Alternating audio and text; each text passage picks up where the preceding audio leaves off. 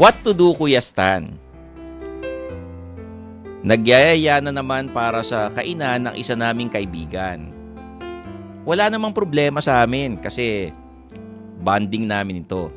Ang problema, ang hilig niyang umorder ng mas maraming pagkain for her. Tapos, equal sharing kaming apat na magkakaibigan sa bayaran. Ilang beses na niya itong ginawa pero pinalampas na lang namin alang-alang sa pagkakaibigan. What to do, what to do? Hungry for more? Hana.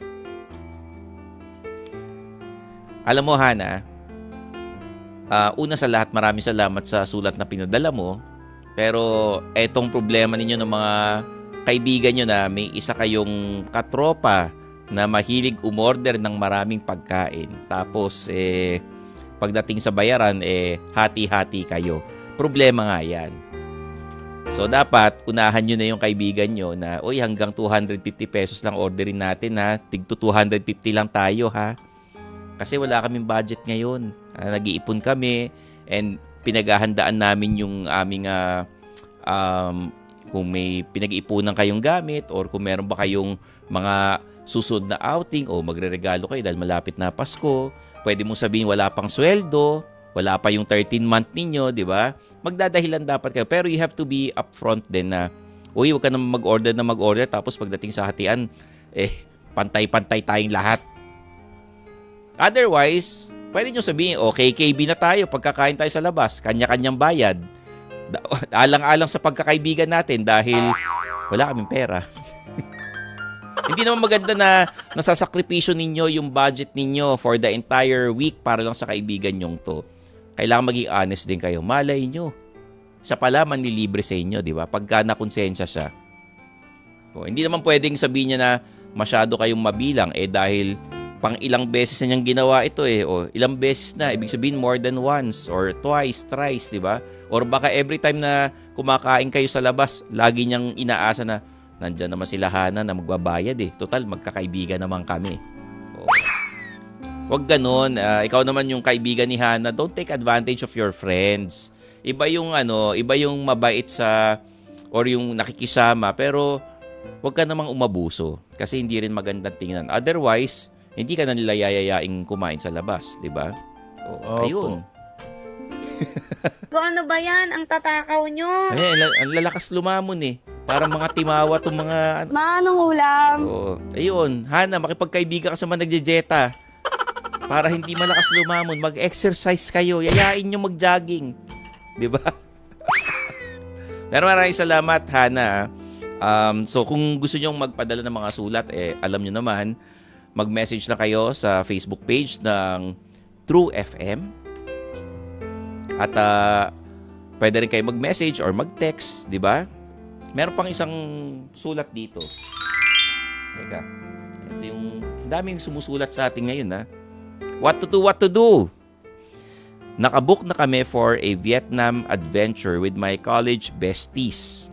Bale, anniversary celebration namin ito as best friends. Minsan lang namin itong magawa dahil may kanya-kanya na kaming pamilya. Pero itong pinsan ko, gustong sumama. Matagal na rin daw niyang dream makapunta sa Vietnam, lalo na sa Da Nang at sa Hanoi. Hindi ko alam kung paano siya tatanggihan, lalo na't super sensitive siya at baka masumbatan ako ng mental health reason niya. What to do, Kuya Stan? Feeling Vietnamese, Vivian. Vivian, simple lang yung problema, yung kasagutan sa problema mo, no? Pwede mong sabihin na yung nagplano yung mga kaibigan ninyo at sila yung nag-order ng tickets. 'Di ba? Ngayon, kung gusto niyang sumama, kung gusto sumama ng pinsan mo, baka iba yung schedule.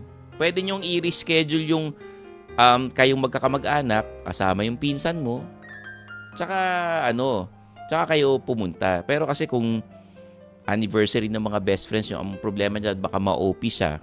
Yun ang unang-una dahil kayo mga magbe-best friends ang nandun. Di ba? May mga kanya-kanya na kayong pamilya. I'm sure, hindi kasama yung pamilya ng mga college besties mo dito sa Vietnam trip. Siguradong OP yan. Tapos baka mamaya mag-over budget kayo for your cousin na super sensitive. Hindi ko alam kung paano mo kakausapin yung pinsan mo in a way na hindi siya mo offend, hindi siya malulungkot, pero ipaintindi mo sa kanya na eto lang yung budget namin, eto matagal na nakaplano at baka pwedeng i-reschedule natin yung sarili nating biyahe sa Vietnam, 'di ba? At least 2 beses ka pa pupunta ng Hanoi at ng Da Nang, 'di ba? Kasi ang mga presyo naman sa Vietnam, lalo yung pagkain, mura lang eh. So I'm sure makakapag-ipon kayo lalo ng mas malaking budget and you can schedule all the trips. Yung mental health na reason niya, ayokong mag-judge, ayoko rin mag-generalize, pero I think you have to ask yung doktor niya kung paano ba kinakausap, 'di ba? Yun. So sana everything would be okay dun sa pinsan mo, Vivian, and enjoy your trip sa Vietnam. Ganun lang naman eh. Ako nagpunta akong Vietnam nung pakiramdam ko milyonaryo ko eh. Kasi 'di ba yung currency doon malalaki. Doon lang ako nakahawak ng 1 million dong. 'Di ba? Parang equivalent to, hindi ko maalala kung 2,000 ata. Talaga? Pesos, mga ganun. Yung frequency doon, yung currency pala doon malaki. Yung 1 million dong, di ba? Totoo? Oo, totoo yun. Yung conversion. Sorry, conversion. Hindi ba kasi ako lagi nag-abroad eh. Lagi ako nandito sa studio. Oo nga. Kanina pumunta akong Chinatown sa Ongpin. Hindi ako nagbabiyahe masyado eh. Magbasa tayo ng isa pang sulat, mga kapatid. Ito yung Mahiwagang Bayong. A few moments later. What to do? Finally, nahanap ko na po ang aking Mr. Right. Nasa kanya na po ang lahat ng katangiang hinahanap ko sa isang lalaki. At sabi rin niya, ako rin daw ang dream girl niya dahil I possess the characteristics that he wants for a lifetime partner.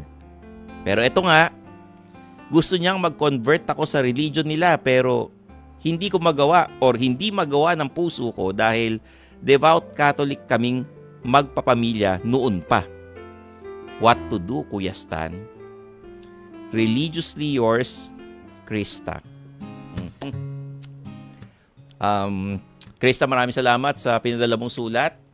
Etong pagka may problema ang pumapagitna na ang religion, sundin mo yung tinitibok ng puso mo. Wala sa amin yung kasagutan dyan kung magko-convert ka o hindi. Nasa sayo eh. At kailangan kausapin mo yung pamilya mo kung gusto mo ba talaga mag-convert at ang sarili mo kung talagang desidido ka. Pero kung hindi, kung ayaw mo mag-convert, I'm sure your boyfriend will respect your decision. Which dapat lang na respetuhin yung decision mo. Kasi paniniwala mo yan. Hindi niya pwedeng ipilit sa'yo. Okay? Marami ng relasyon ang nasira dahil sa religion. 'Di ba? Mahirap kalabanin si Lord. Kung ako sa iyo, wag ka mag-convert. Kung ako lang ha, yun ang paniniwala mo eh. Hindi mo naman pwedeng ipilit sa iba yan eh, 'di ba? Magrespetuhan kayo. Respect begets respect. Okay? Opo. Maraming salamat, Krista. And that wraps up our shoutout notes. Sana'y natulungan natin ang mga kapatid nating nalilito sa gagawing desisyon sa buhay.